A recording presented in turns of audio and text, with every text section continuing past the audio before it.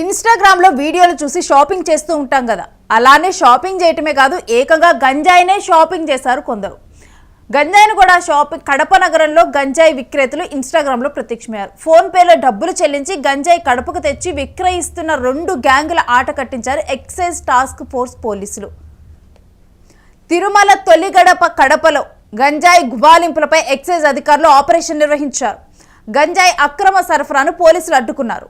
మత్తుకు బానిసైన వారికి నిషేధిత గంజాయిని రహస్య మార్గాల్లో తెచ్చి సొమ్ము చేసుకుంటున్న 2 గంజాయి విక్రయ ముఠాలను ఎక్సైజ్ అధికారులు గుర్తించారు. 11 మంది గంజాయి విక్రయిస్తున్న వారి నుంచి 4 కేజీల విలువైన గంజాయిని స్వాధీనం చేసుకొని కడప నగరంలో గంజాయి విక్రయాలకి చెక్ పెట్టారు.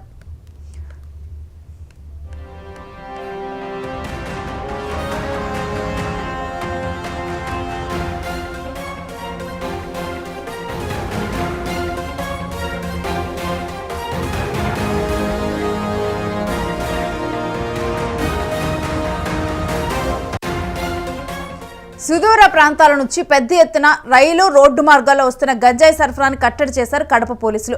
అయినా కూడా గంజాయి వినియోగం ఆగకపోవడంతో అసలు గంజాయి వినియోగంపై దృష్టి పెట్టారు. చిన్న చిన్న ప్యాకెట్ల రూపంలో గంజాయిని బద్వేల్ నుంచి కూడా జిల్లా కేంద్రమైన కడప నగరానికి తీసుకొచ్చి మత్తు బానిసలకు అందిస్తూ సొమ్ము చేసుకుంటున్నారు కొందరు. అయితే గంజాయి సరఫరా చేస్తున్న 2 గ్యాంగులను చాకచక్యంగా పట్టుకున్నారు ఎక్సైజ్ పోలీసులు. గంజాయి అక్రమ రవాణాను అడ్డుకుంటున్నప్పటికీ పూర్తి స్థాయిలో గంజాయి వినియోగం మాత్రం ఆగటం లేదు. గంజాయి వినియోగాన్ని అరికట్టాలి అనే కోణంలో ఎక్సైజ్ టాస్క్ ఫోర్స్ అధికారులు బిగ్ ఆపరేషన్ ని చేపట్టారు.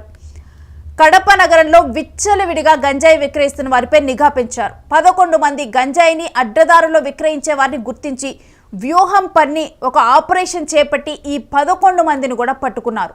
అయితే 4 కిలోల గంజాయిని ఆ సమయంలో వాళ్ళ వద్ద నుంచి స్వాధీనం చేసుకున్నారు. మత్తుకు బానిసైన వారిని గంజాయి అందించేందుకు ఉపయోగించిన 7 మోటార్ బైకులను, ఒక ఆటోను సీజ్ చేశారు. అక్రమ మార్గాల్లో గంజాయిని బద్వేలుకు చేర్చారు వీరంతా కూడా.